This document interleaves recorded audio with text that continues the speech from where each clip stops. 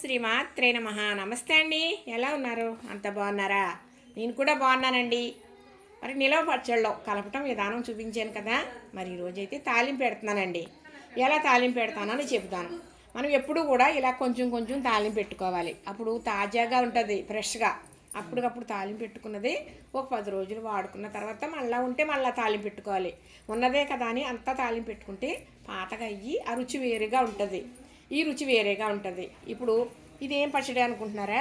నిమ్మకాయ పచ్చడి అండి. మొన్న ఎండల్లో చక్కగా ఈ నిమ్మకాయ పచ్చడి చేశాను. ఎలా చేశాను అనేది చెప్పాను. మొన్న సంవత్సరాందే, ఈ సంవత్సరంతో క్లోజ్ చేసేస్తున్నాను అన్నమాట. ఇప్పుడు తాలింపు పెడతాను చక్కగా. మరి ఒక దాంట్లో వేసి ఉంచితే మగ్గుతుంది కదా. కారం కలుపుకుని ఇలా ఎప్పుడు పెడితే అప్పుడు తాలింపు పెట్టుకోవచ్చు. ఇది టమాటా పచ్చడి అండి. ఇది టమాటా పచ్చడి. చక్కగా ఇందులో కూడా కారం కలిపేసాం. ఇప్పుడు చక్కగా దీనికి ఏంటంటే పోపు వేసుకోవాలి. ఈ పోపు అనేది చూశారు కదా, ఎల్లుల్లిపాయలు, ఎండుమిరపకాయలు, జీలకర్ర, మెంతులు, ఆవాలు, కరివేపాకు చక్కగా ఏం చేసిన తర్వాత ఈ పోపు చల్లారిన తర్వాత మాత్రమే మనం ఇలాంటి నిలవ పచ్చళ్ళలో కలుపుకోవాలి. ఎందుకంటే మరి వేడి ఉందనుకోండి ఉడికొచ్చేస్తుంది. పులప కదా, వేడి తగిలేటప్పుడు ఉడుకుతుంది అనమాట. అలాగా ఉడికితే పచ్చడి నిలవ ఉంటే పాడైపోతుంది, రుచి మారుతుంది, బాగోదు. అప్పుడు ఎప్పుడు కూడా మనం పచ్చడి తాలింపు పోపు వేపేసి చల్లారిన తర్వాత మాత్రమే కలపాలి. ఇప్పుడు మీకు ఈ పోపు వేపిన తర్వాత కలిపే విధానం చూపిస్తానండి. ఇప్పుడు కళాయి వీటెక్కింది కదండి, మెంతులు వేస్తున్నాను. ఇప్పుడు చక్కగా ఈ పోపులన్నీ వేసేస్తున్నానండి. ఇలాగా చక్కగా ఇలా బాగా వేయించాలండి పోపు. ఈ పోపు వేగిన తర్వాత చల్లారాలి. కొంచెం అతిథులు ఉన్నారండి, అంత కొంచెం అలికిడిగా ఉంటుంది, ఏమనుకోవద్దు. హెల్ప్ చేస్తారులేండి ఎవరికోళ్ళు.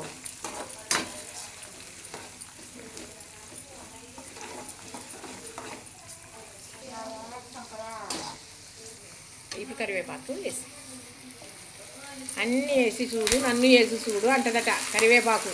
కరివేపాకు వచ్చి కయ్యం పెట్టింది అంటారు. చూసారా, కరివేపాకు ఎదురు మరి ఏమంటారు, బయ్యం అంటుంది కదా. అందుకు పెద్దలు ఊరికే చెప్పలేదండి. చక్కగా ఇప్పుడు ఈ పోపు ఇలా వేగింది కదా. ఇది కాస్త చల్లారిక మనం 2 పచ్చళ్ళలో కూడా ఇదే పోపు. పచ్చళ్ళ 2 కానీ పోపు మాత్రం ఒక్కటే. చూడండి, చూస్తే మీకు తెలుస్తుంది. మనం వేసవికాలంలో కష్టపడి చేసుకుంటాం కదా. ఇలా ఎప్పుడు కావాలంటే అప్పుడు పచ్చడి తాలింపు పెట్టుకోవచ్చు చక్కగా. చూసాను కదా, పోపు అయితే వేగిపోయిందండి. చల్లారిన తర్వాత కలుపుతాం. అందులో సగం ఇందులో సగం వేసేయండి.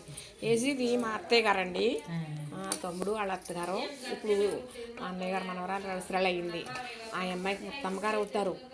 మరి ఆ పెళ్లి కూతురు తల్లికి నానమ్మండి ఈవిడి. ఇలాగా ఇంత గొప్ప అదృష్టం, మనకి ఇంత పెద్దవాళ్ళని చూసే అదృష్టం వచ్చింది అంటే ఇది చాలా గొప్ప సాంప్రదాయం అని అనుకోవాలండి. ఎందుకంటే ఇలా పెద్దవాళ్ళు ఉన్నారండి. ఎవరికన్నా కావాలంటే వస్తారా? కాదు కదా. అన్నిట్లో నేనున్నానని అది ఇది చెబుతూ ఉంటారు. పెద్దవాళ్ళు ఉంటే చెట్లో మూట సమానం అంటారు. అందుకేనండి చక్కగా 2 పోపులు కూడా రెండిట్లకి సర్దేశారు. చూసారా. ఇప్పుడు తర్వాత మనం పప్పు నూనె కానీ లేదంటే మనం తినేటప్పుడు నెయ్యి కానీ వేసుకోవచ్చు అన్నమాట. చూసారా, నాకు 2 హెల్ప్ చేసేస్తున్నారండి. అదిగో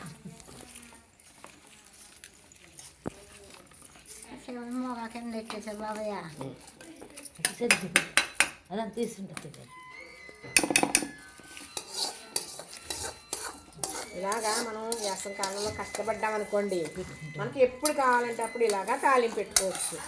అలా తాలింపు పెట్టుకోవాలి కానీ అంతా ఒకసారి తాలింపు పెట్టుకోకూడదు. కొంచెం కొంచెం తాలింపు పెట్టుకుంటే చక్కగా ఇలాగా ఇప్పుడే కాస్త అన్నంలో వేసి తినేలా అనిపిస్తుంది.